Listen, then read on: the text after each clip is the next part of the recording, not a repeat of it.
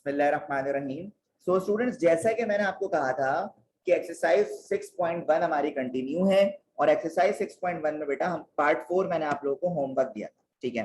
तो बहुत से बच्चों ने होमवर्क कर लिया है स्टूडेंट्स, और जिन लोगों ने नहीं करा वो काइंडली इधर देख लें।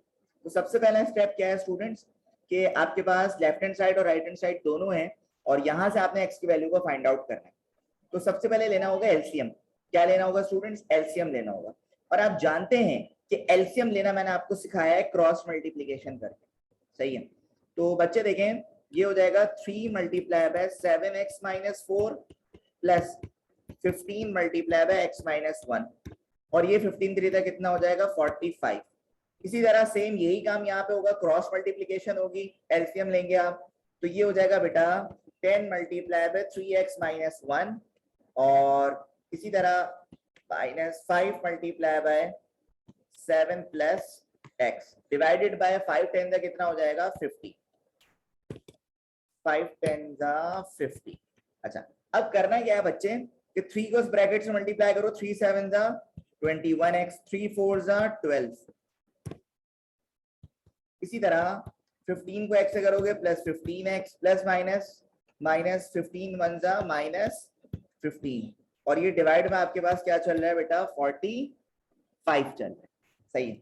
अच्छा, इसी तरह बच्चों सेम एज इट इज 10 3 हो जाएगा 30x प्लस माइनस 10 1 10 और -5 7 35 minus plus minus x divided by आपका कितना हो जाएगा 50, ठीक है।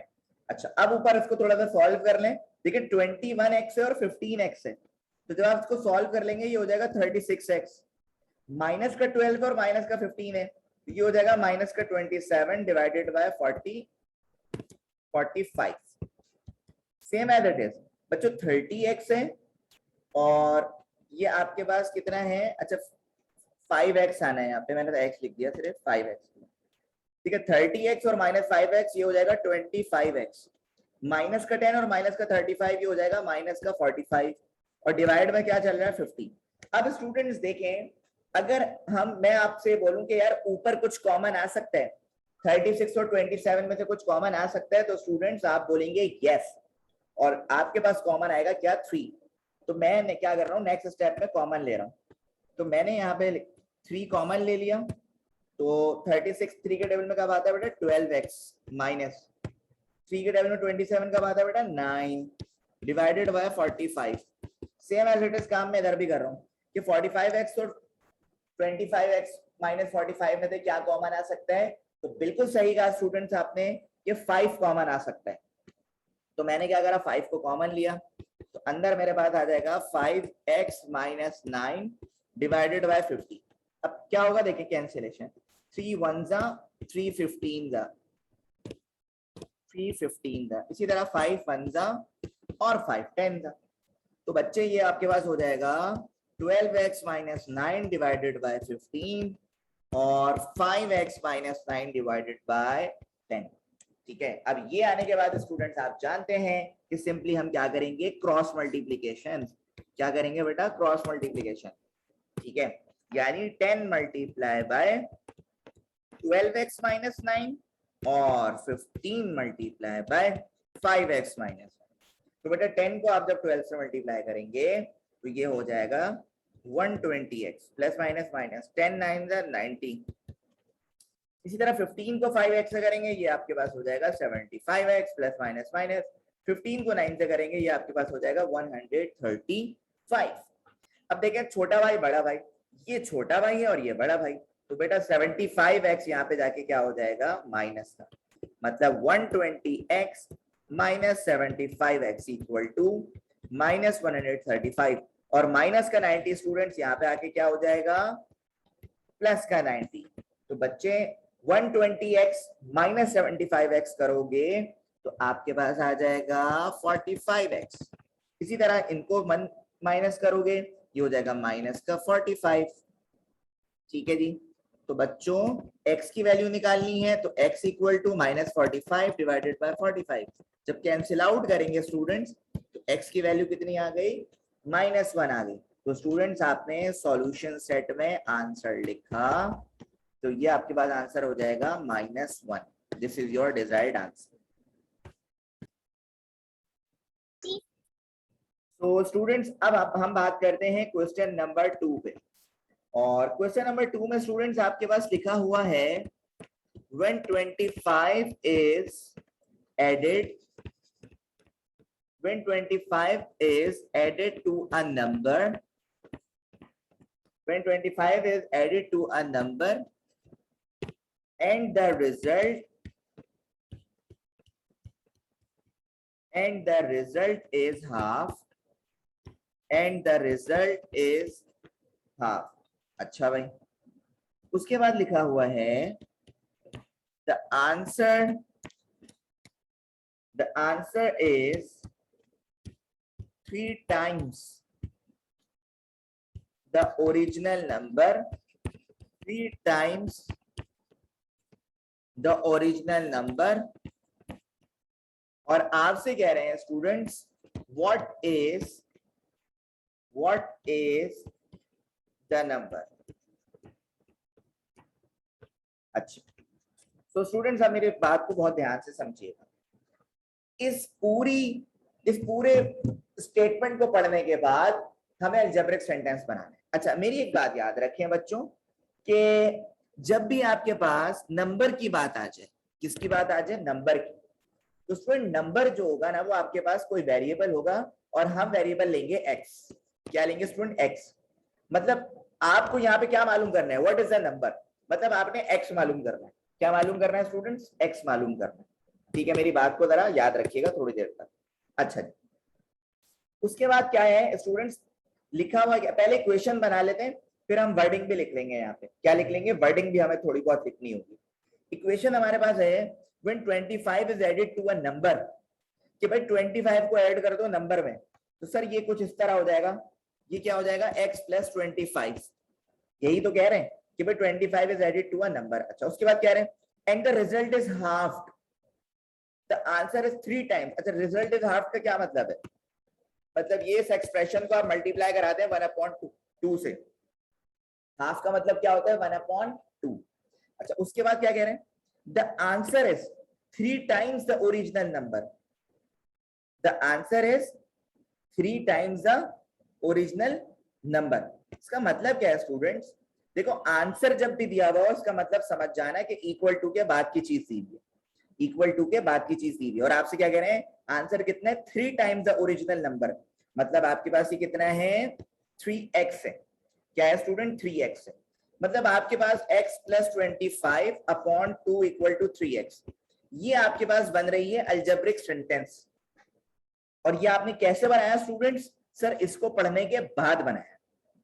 ठीक है, तो मैंने तो ये तो बना लिया, लेकिन इससे पहले भी आपको कुछ चीजें लिखनी होंगी। सर कौन सी चीजें, मैं आपको बताता हूँ। आपको ये लिखना होगा, suppose that the required number, suppose that the required number is x। Required number आपके पास क्या है, x, मतलब आपने ये मालूम करना है। अच्छा, इसमें क्या करा हमने, then 25 is added। 25 क्या कर दिया बेटा, इसमें ऐड कर दिया। 25 is added to the number, number में आपने 25 को जब ऐड करा तो ये कितना हो गया, x + 25। ठीक है जी। उसके बाद कह रहे हैं द रिजल्ट इज, ये सब कुछ मैं कहां से देख के लिख रहा हूं बच्चों, क्वेश्चन से देख के लिख रहा हूं। द रिजल्ट इज हाफ, और जब रिजल्ट इज हाफ हो गया स्टूडेंट्स, इसका मतलब कि x + 25 डिवाइड बाय कितना हो गया, 2 हो गया। ठीक है, फिर उसके बाद आपने लिखा कि अकॉर्डिंग टू गिवन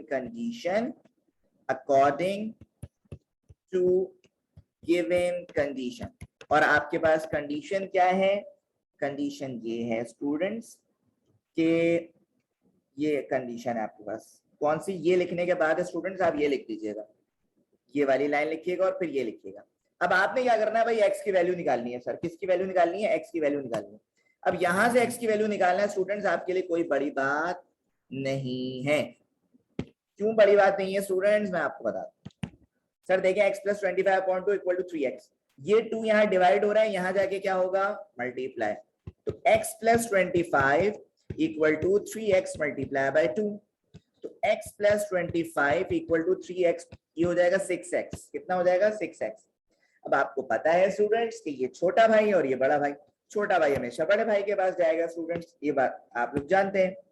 तो ये हो जाएगा 25 equal to 6x minus x, मतलब 25 इक्वल टू 5x। इसको मैं सही करके लिख देता हूँ कि 5x इक्वल टू 25।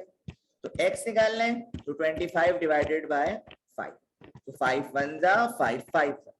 तो आपके पास स्टूडेंट्स x की वैल्यू कितनी आ रही है? 5 आ रही है। तो स्टूडेंट्स आप इसको किस में लिखेंगे? सॉल्यूशन सेट में लिखेंगे। तो ये 5 आपका रिक्वायर्ड क्या हो जाएगा बच्चों? आंसर हो जाएगा। ठीक है, तो स्टूडेंट अब हम 6.1 में क्वेश्चन नंबर 3 की तरफ मूव कर रहे हैं और क्वेश्चन नंबर 3 में लिखा हुआ है कि when 18 is added to 1/4 of a number, 1/4 of a number, ठीक है। उसके बाद कह रहे हैं the result is 2 whole number 1/2। ये जो दिया हुआ है स्टूडेंट्स आपको मिक्स फ्रैक्शन में दिया हुआ है। अच्छा, times the original number, times the original number. अब स्टूडेंट देखें इसी के साथ आपके पास ओरिजिनल नंबर लिखा हुआ है, मतलब ये जो मिक्स फ्रैक्शन वाली चीज है ना, ये आपके पास इक्वल टू के बाद वाली चीज। ठीक है, तो आपने क्या मालूम करना है? आपने मालूम करना है कि व्हाट इज द नंबर, आपने x की वैल्यू को मालूम करना।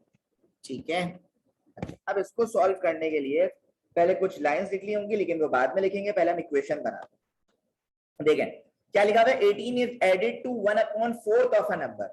मतलब क्या है कि सर, मतलब ये है आपने 18 को तो ऐड करना है, किसमें करना है सर? 1/4 ऑफ अ नंबर का मतलब क्या है कि 1/4 को मल्टीप्लाई करा दो x से, तो ये कितना हो जाएगा बेटा? x/4।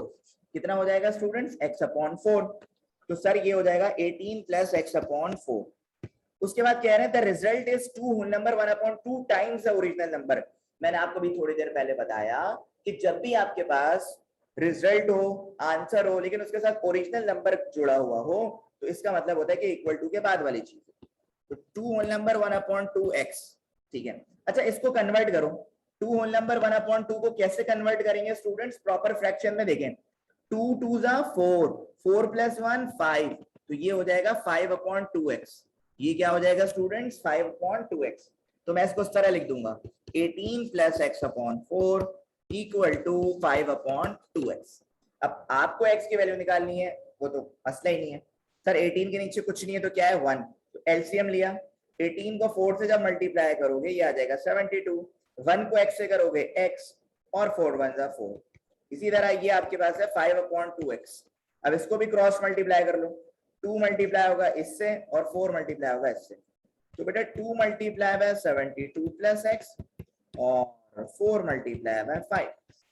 तो सर 272 था 144, 2 को x से करोगे 2x, 4 5 था 20x। तो बच्चे ये आपके पास हो जाएगा प्लस का 2x, वहां पे जाके क्या हो जाएगा? माइनस का 2x। तो 144 equal to 20x minus 2x। तो 144 इक्वल टू 18x। तो मैं इसको जरा इस तरह लिख रहता हूं कि 18x equal to 144, x equal to 144 divided by 18। अब 18 के टेबल में 144 कब आता है स्टूडेंट्स?